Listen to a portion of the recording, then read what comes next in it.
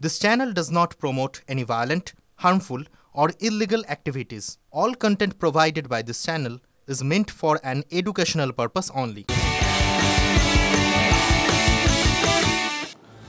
আচ্ছা, এখন বাংলাদেশের যা পরিস্থিতি তাতে নতুন করে শরণার্থী সমস্যা তৈরি হওয়ার একটা আশঙ্কা কিন্তু করছেন অনেকেই। গতকালও রাজ্যের বিরোধী দলনেতা শুভেন্দু অধিকারী তিনি তো বলেইছেন ৩ মাসে ১ কোটি শরণার্থী আসতে পারে এই বাংলায়। ১ কোটির দরকার নেই, ১০ লাখ শরণার্থী এলেও কি বাংলা পারবে চাপ নিতে কি পারবে এই বাংলার কোষাগার?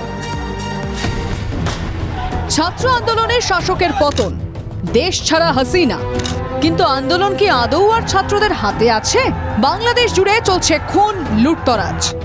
বাংলাদেশের বাসিন্দারাই বলছেন ওখানে আপনার আওয়ামী লীগ নেতা থেকে শুরু করে আওয়ামী লীগ সমর্থন যারা, তাদেরকে ঘরবাড়ি লুটপাট এবং মেরে ফেলতেছে, গুম করতেছে। গতকাল আমার প্লাটও হামলা হয়েছে, আমার নিজের প্লাটেও গতকাল আমাকে খুঁজছে। এখন যেতে দাদা অত্যন্ত ভয় লাগছে, এখন আসলে যেতে চাচ্ছি না, আরও চাচ্ছি 2-4 দিন এখানে স্টে করে যাওয়া। বাট গন্ডগোল তো চারদিকেই হচ্ছে। অশান্ত বাংলাদেশ, আক্রান্ত সংখ্যালঘুরা, প্রাণ ভয়, দেশ ছাড়ার হিড়িক কি বাড়বে? আবার কি বাংলাদেশের শরণার্থীর ভিড় বাড়বে? বাংলায় ফিরবে ৭১-এর দুঃসহ স্মৃতি?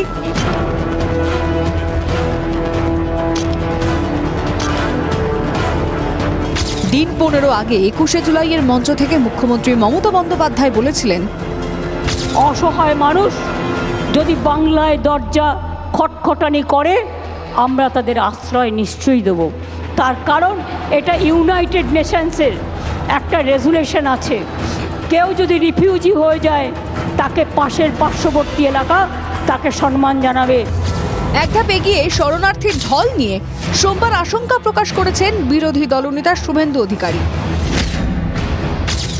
আপনারা প্রস্তুত থাকুন, ১ কোটি শরণার্থী পশ্চিমবঙ্গে আসবে। জামাতের হাতে, মৌলবাদীদের হাতে বাংলাদেশ যাচ্ছে। ১ কোটির বেশি হিন্দু শরণার্থীকে নেওয়ার জন্য সবাই মানসিক প্রস্তুতি নেন। একই আশঙ্কার সুর প্রাক্তন বিজেপি সাংসদ দিলীপ ঘোষের গলাতেও। ঘরপোড়া গরু সিঁদুরে মেঘ দেখলে ভয় পায়, কারণ কি আমরা ৭৫ বছর ধরে দেখছি ওখানকার হিন্দু সমাজ কীরকম মার খেয়ে আছে, আর যখন উপায় থাকে না তার ভিটে মাটি ছেড়ে পালিয়ে আসে না কেন, সর্বস্ব হারিয়ে। সেই ভয় থেকে সবাই বলতে আরম্ভ করেছেন যে আবার সেই পরিস্থিতি হবে কিনা, আবার উদ্বাস্তুর ঢল আসবে কিনা। এখনো পর্যন্ত শরণার্থী সমস্যার জন্ম হয়নি। সীমান্তে লেগেছে সেনাবাহিনী, কড়া পাহারায় বিএসএফও। এপার ওপার যাতায়াত বন্ধ বলেছেন ত্রিপুরার মুখ্যমন্ত্রী। এখন আমরা বলে দিয়েছি সমস্ত যে বর্ডারগুলো আছে যাতে কেউ না আসতে পারে সেই ব্যবস্থা আমরা করছি। এই মুহূর্তে আমরা কাউকে অ্যালাউ করছি না। কিন্তু কতদিন? মুখ্যমন্ত্রীর কথাতেই অসহায় মানুষ সত্যি দরজায় খটখট করলে কি করবে ভারত? তাই প্রশ্ন উঠছে, কত শরণার্থী আসতে পারে ভারতে? বাংলার উপর শরণার্থীর চাপ বাড়বে। শরণার্থীর চাপ বাড়লে চাপ পড়বে কোষাগারে। কতটা আর্থিক চাপ পড়তে পারে বাংলার ঘাড়ে? যে কোনো সময় যে কোনো দেশে যদি বেশি চাপ নিতে হয়, তার কারণ সম্পদটা তো সীমিত, সেটার বন্টন নিয়েই আমরা এমনি অসাম্য বা যা কিছু দেখতে পাচ্ছি। সম্পদ যে সীমিত সে কথা প্রায় বলেন মুখ্যমন্ত্রী মমতা বন্দ্যোপাধ্যায়। রাত্রিরে ঘুমোতে পারি না, চিন্তা হয় ১০০ দিনের কাজে টাকাটা ঠিক মতো দিতে পারবো তো? আমার পক্ষে যদি এখন বলেন এই করে দাও, ওই করে দাও, সেই করে দাও, ব্রিজ করে দাও, অত টাকা গভর্নমেন্টের নেই। কোষাগার তলানিতে নিয়মিত কেন্দ্রীয় বঞ্চনার দাবি তোলে পশ্চিমবঙ্গ সরকার। কর্মসংস্থানের সমস্যা চরমে, লক্ষ লক্ষ তরুণ তরুণী পরিযায়ী শ্রমিক।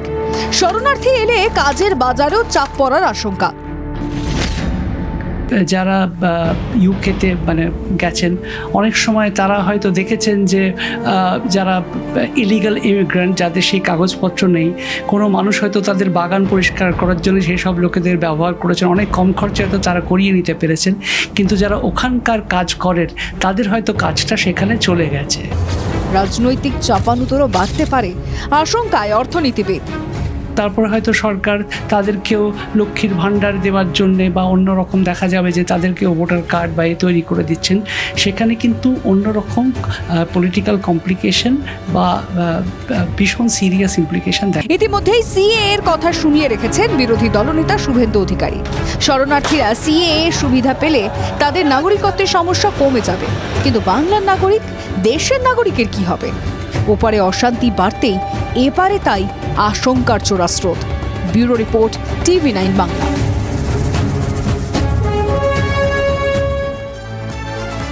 এই কলকাতার মধ্যেই এক টুকরো বাংলাদেশ হচ্ছে মার্কুই স্ট্রিটের মতন এলাকা। সেই এলাকায় আজকে একটা অচেনা ছবি আপনাদের দেখাবো। দেশে ফেরার অপেক্ষা। কলকাতা থেকে অন্যান্য দিন বাস ছেড়ে যাওয়ার যে হিড়িক দেখা যায় মার্কুই স্ট্রিটে, আজ সেই ছবিটা অনেকটাই আলাদা। আমার সঙ্গে রয়েছেন আমার সহকর্মী সোমা। বাংলাদেশ যাওয়ার যে বাসগুলো এখান থেকে ছেড়ে যায়, অন্যান্য দিন যে ভিড় থাকে, যে জমজমাট ব্যাপারটা থাকে, আজকে সেই ছবি দেখা যাচ্ছে। হ্যাঁ, দেখো, অন্যান্য দিন অর্থাৎ বাংলাদেশে যে পরিস্থিতির সৃষ্টি হয়েছে তার আগে এই সময়ে কিন্তু মার্কুই স্ট্রিটে প্রচুর বাস ছাড়ে। আমরা যেটা কথা বলে জানতে পেরেছি যে এই সময় অর্থাৎ সকাল থেকে কিন্তু একটার মধ্যে 10 থেকে 12টা বাস ছাড়ে। কিন্তু গতকাল থেকে আমরা দেখেছি বাংলাদেশে যে পরিস্থিতি রয়েছে সেই কারণে কিন্তু বাংলাদেশে ফিরে যাওয়ার জন্য খুব কম পরিমাণ বাস কিন্তু ছেড়েছে। আজকে এই মুহূর্তে সকাল 8:30টায় একটি বাস ছাড়বে। দেখতে পাচ্ছ আমি সেই বাসেই রয়েছি এবং এখানে কিন্তু প্রচুর যাত্রীরা রয়েছেন। একটু যাত্রীদের সাথে কথা বলবো। হ্যাঁ, আপনি কিসের জন্য এসেছিলেন কলকাতায়? আমি কলকাতায় এসেছিলাম এমবাসি ফেস করার জন্য। গত 17 তারিখে আসছি, এখন আজকে আমি চলে যাচ্ছি। আমি কত পর্যন্ত যাবে এই বাস? বাস যাবে ঢাকা শ্যামলী যাবে আর কমলাপুর যাবে। সীমান্ত পেরিয়ে কি যাবে? সীমান্ত পেরিয়ে বাংলাদেশের ঢাকা, শ্যামলী এবং কমলাপুর। দেখতে পাচ্ছ প্রচুর যাত্রী এখানে রয়েছেন, তারা কিন্তু বাংলাদেশে ফিরে যাচ্ছেন এবং অনেকের সাথেই কথা বলে যেটা আমরা বুঝতে পেরেছি, তারা কি জানেন যে বাংলাদেশে এই মুহূর্তে যে অশান্ত পরিস্থিতি রয়েছে সে বিষয়ে তারা ওয়াকিবহাল? কি টুরিস্ট পারপাসে এসেছিলাম। এখন এই যে বাংলাদেশে অশান্ত পরিবেশ, সেই সম্বন্ধে কি আপনারা জানেন? মানে কোথাও কোনো উদ্বিগ্নতা কি কাজ করছে? কি চান? আসলে আমরা তো দেশের বাইরে আছি, কিন্তু যতটুকু দেখছি বা শুনছি সেটা তো খারাপ পরিস্থিতি বিরাজ করছে। এখন দেশে গিয়ে দেখা যাক কি হচ্ছে। একটা উদ্বিগ্নতা রয়েছে, এটা তো আছেই, কারণ অনেক জায়গায় দেখছি জ্বালা পোড়াও হচ্ছে, ভাঙচুর হচ্ছে, সেটা তো একটা টেনশন তো কাজ করেই। দেখো, এই বাস কিন্তু অর্থাৎ যে বাসটি কলকাতা থেকে ঢাকার উদ্দেশ্যে রওনা হবে সেই বাস কিন্তু ইতিমধ্যেই প্রস্তুত হয়ে গেছে, ছাড়ার জন্য রেডি হয়ে আছে। এবং দেখো প্রচুর যাত্রী তারা কিন্তু সিটে বসেছেন এবং সেগুলো মিলিয়ে নেওয়া হচ্ছে। একটু কথা বলে নেব। দিদি, আপনি কলকাতায় এসেছিলেন কিসের জন্য? আমি কলকাতায় এসেছি দিদিকে ডাক্তার দেখানোর জন্য, প্লাস একটু শপিং টপিং তো থেকেই যাই কলকাতায় এলে।